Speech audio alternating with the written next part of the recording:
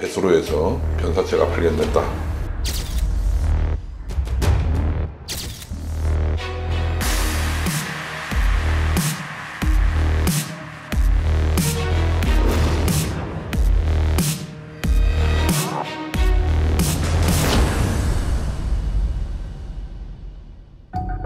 (2006년 7월 4일) 새벽 2시경 운전 중 소변이 마려워 도로변에 차를 세웠다는 한 택시기사.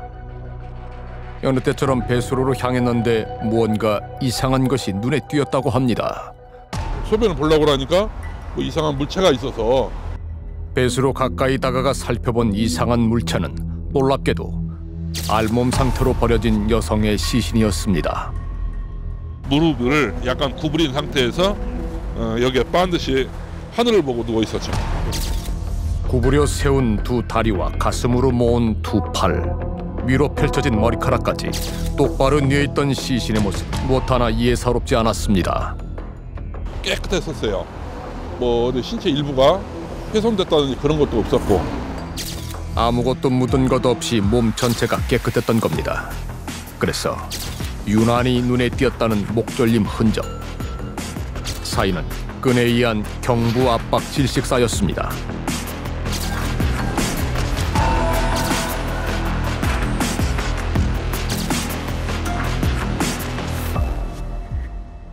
특정 부위에 뭐 휴지 같은 걸 이용해서 이렇게 막아 있었고 털 같은 것도 이렇게 면도칼 같은 걸 이용해서 이렇게 잘라 넣었었고. 깨끗한 겉모습과는 달리 피해자의 몸 안에서 휴지가 발견됐고 채모는 면도칼에 의해 훼손된 상태였습니다. 뚜렷하게 성폭행을 당한 그런 흔적은 없었어요. 성폭행으로 의심되는 흔적은 의외의 부위에서 나왔습니다. 귓볼에서는 DNA형이 검출이 됐고 그 항문 부분을 닦은 이제 면봉에서는 정액 반응이 나왔고요. 범인의 것으로 보이는 DNA는 매우 미량으로 신원에 대한 정보는 얻을 수 없었습니다. 노들길 도로변 배수로에서 알몸의 시신으로 발견된 여성.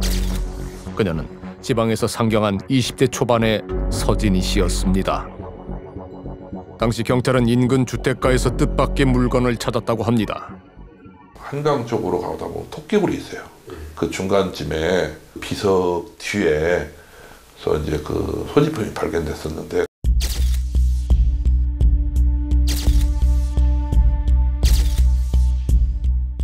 그날 대체 무슨 일이 벌어진 걸까? 술을 1차 먹고 내가 한강에 가자고 그러더라고요. 그래서 택시기사 아저씨 내려주기 전에 내리려고만 하는 거예요. 그래서 이거 많이 취했구나 그때 또 다 알았어요. 그냥.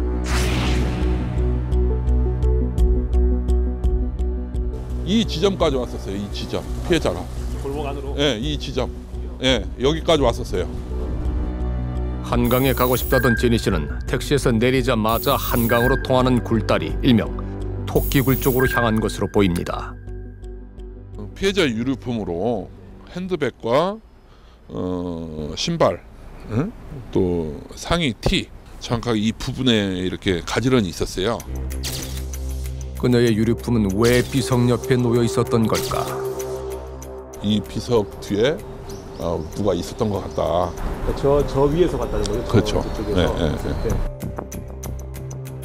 그날 새벽 한 동네 주민이 비석 뒤에 기대 앉은 누군가를 봤다는 겁니다. 그렇다면 상의와 속옷은 왜 벗어놨던 걸까? 술이 많이 취하다 보니까 벗어놓은 것 같아요. 신발하고. 범행이 여기에서 이루어졌다나 그런 흔적은 없었어요. 여기.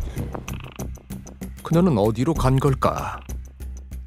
피해자와 범인이 만났다라고 한다면 그 만난 지점으로서 가장 가능성이 높은 지점이 바로 이곳이다. 당산역에서부터 진희 씨를 미행한 것으로 보이는 범인은 비석에서 진희 씨를 납치한 뒤 그곳에서 2km 떨어진 노들길 배수로에 그녀의 시신을 유기했습니다. 시신을 유기하기에 적절한 장소가 아니죠. 일단 사람의 시신을 유기한다는 것은 들키지 않겠다라는 것이거든요. 범인은 왜 하필 노들길 도로변 배수로에 시신을 유기했던 걸까? 일단 어쨌든 지금 이 장소의 특성은 차량으로 올 수밖에 없는 곳이고요. 범인으로서는 차량을 이용하되 그 차량을 대단히 짧은 시간 동안만 이용할 수 있는 상태, 시신을 유기하고 바로 돌아가야만 하는 상황에 처해 있었던 사람일 가능성이 높고, 피해자의 시신은 실종된 지 24시간이 지나고 발견됐습니다. 만 하루의 시간 중에 그녀에겐 끔찍한 일이 다가온 것은 언제였을까? 사람이 죽게 되면 알코올이 분해되지 않습니다. 이분이 취한 상태에서 납치가 됐고, 이렇게 혈중 알코올 농도가 깨끗해질 때까지 살아 있었다라는 거죠.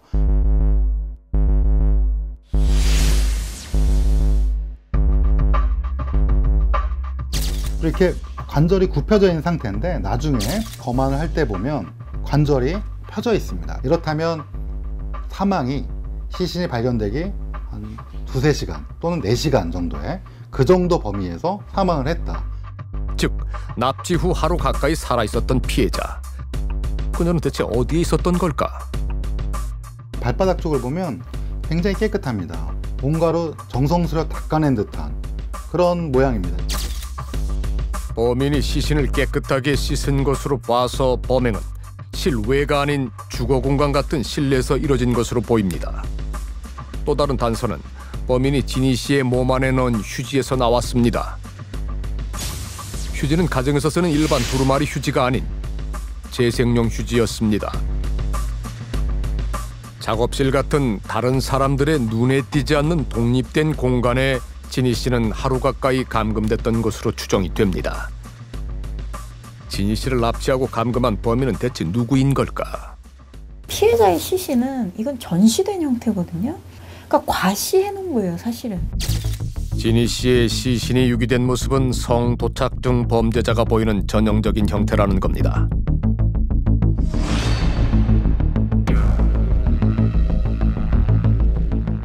피해자의 몸에 묻었을 가해자의 어떤 DNA 정보가 될 수 있는 것들, 이러한 것들을 제거하기 위해서 일부러 면도를 해 놓았다, 이렇게도 볼 수 있고요.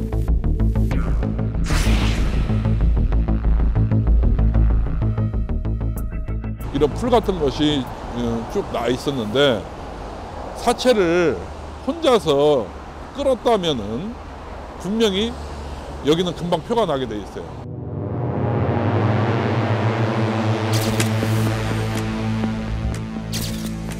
어떻게 된 일일까? 시간이 한 12시에서 12시 한 50분에서 그 정도 사이에 차는 여기 서 있었고 그 사람이 여기 왔다 갔다 있었고 한 사람은 차에 타고 있었어요. 사람이 저기 있으니까 좀 이상하잖아요. 전부 사람이 몇 명이었나요? 2명 있었어요. 놀랍게도 2사람을 봤다는 겁니다. 한 사람은 차 안에 있었고 다른 한 사람은 도로변에 있었다. 야, 경찰차야 경찰차 이런 내용도 듣고, 야 아니야 내 카차야 이런 소리도 듣고.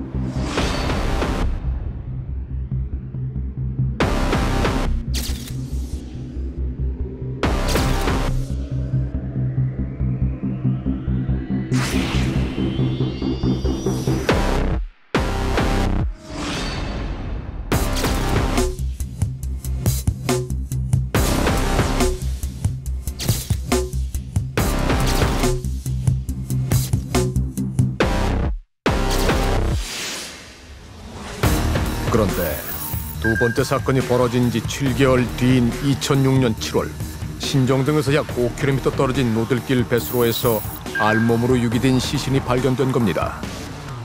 피해자들의 마지막 행적이 신정역과 당산역으로 서로 다르지만 같은 지하철역이라는 점. 범인은 차량을 이용해 시신을 유기했지만 납치 장소에서 그리 멀지 않은 곳에 시신을 유기한 점이 신정동 사건과 노들길 사건의 공통점입니다.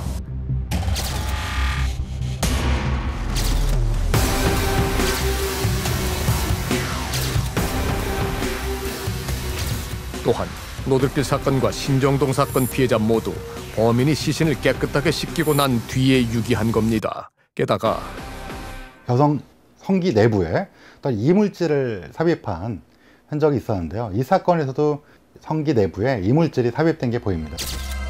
신정동 1차 사건과 노들길 사건의 시신에서 발견된 이물질. 신정동 2차 사건의 시신에서도 이물질을 넣었던 정황이 발견됐습니다. 범행 주기와 범행 수법, 서로 닮은 점이 적지 않은 신정동 사건과 노들길 사건. 물론 동일범의 소행으로 보기엔 다른 점도 있었습니다.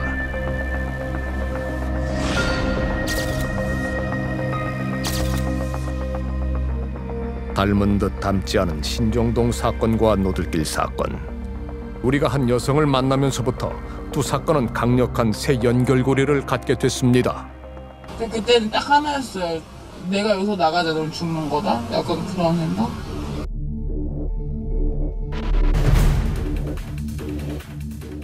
끈이 되게 많았어요. 끈들이 좀 많았어요.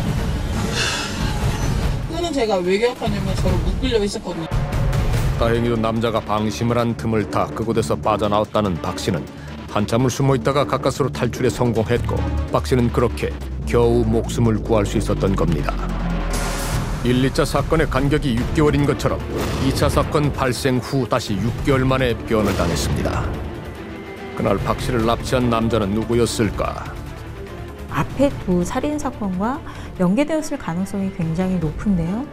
박 씨는 신정동 연쇄 살인 사건의 범인으로 추정되는 남자에게 납치됐다가 가까스로 살아남은 것으로 보였습니다. 제가 숨어있는 쪽이 욕하면 나오더라고요. 지네끼리. 자꾸 진동 소리. 네, 두 명이 그래서 제가 기억하는 것 같아요. 놀랍게도 집안에 납치범 외에 또 다른 남자가 있었다는 겁니다. 그 집에 들어갔을 때 무슨 말소리가 들려서 왔다 하더라고요. 왔어. 네. 그 발소리가 탁탁탁 저한테 오는데 범인은 한 명이 아니라 두 명이었던 겁니다. 그렇다면 앞서 벌어진 1, 2차 사건에서도 공범이 가담한 정황을 찾을 수 있을까? 신체의 일부가 보일 정도로 시신 처리가 꼼꼼하지 못했던 1차 사건.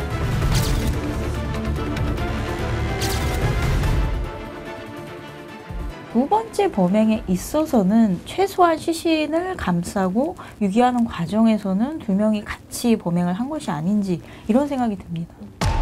피해자를 납치한 주범은 한 명이지만 시신을 유기할 때는 다른 누군가가 가담한 것으로 보이는데, 성범죄는 대단히 사적인 범죄이고 은밀한 범죄입니다. 일반적으로 성적인 범죄 행위는 다른 사람과 함께하는 경우는 대단히 예외적이다. 그 매우 드물다는 일이 신정동 납치 미수 사건이 벌어지고 한 달이 지난 2006년 7월 초 인근의 노들길 배수로에서 일어난 겁니다. 진희 씨의 시신을 노들길 배수로에 함께 유기한 것으로 보이는 또 다른 남자. 그는 대체 누굴까?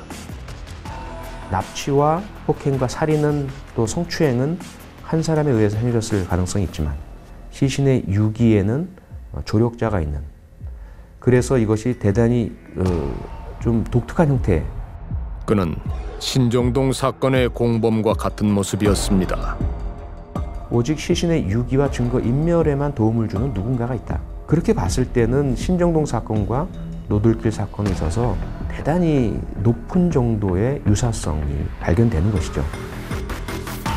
서로 다른 두 개의 퍼즐, 과연 하나로 맞춰질 수 있을까? 2005년 5월과 11월에 각각 발생한 신정동 사건과 신정동 2차 사건 후 7개월 뒤인 2006년 7월에 발생한 노들길 사건.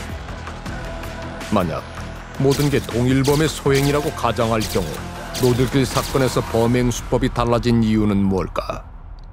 이 신정동 사건과 노들길 사건 사이에는 변화를 야기할 수 있는 충격적인 이벤트가 있습니다. 신정동 사건의 세 번째 피해자 씨의 생환이죠. 만약 신정동 사건과 노들길 사건이 동일범의 소행이라면 바로 박 씨 납치 실패가 범인의 범행 수법을 바꾸게 한 계기가 됐을 거라는 겁니다. 의심에서 벗어나기 위해 먼저 범행 장소를 바꾸고 납치 미수 사건의 새 실패를 교훈 삼아 새벽 시간대 만취한 여성을 노리는 것으로 범행 수법을 바꾼 건지도 모릅니다. 하지만 범인은 노들길 사건에서는 자신의 DNA를 남기는 치명적인 실수를 하고 말았습니다. 아직까지 일치되는 사람이 발견되지 않은 거죠. 지금이라도 유력한 용의자가 있을 경우에 DNA만 동의받아서 채취되면은 그것은 100% 검거 가능하죠.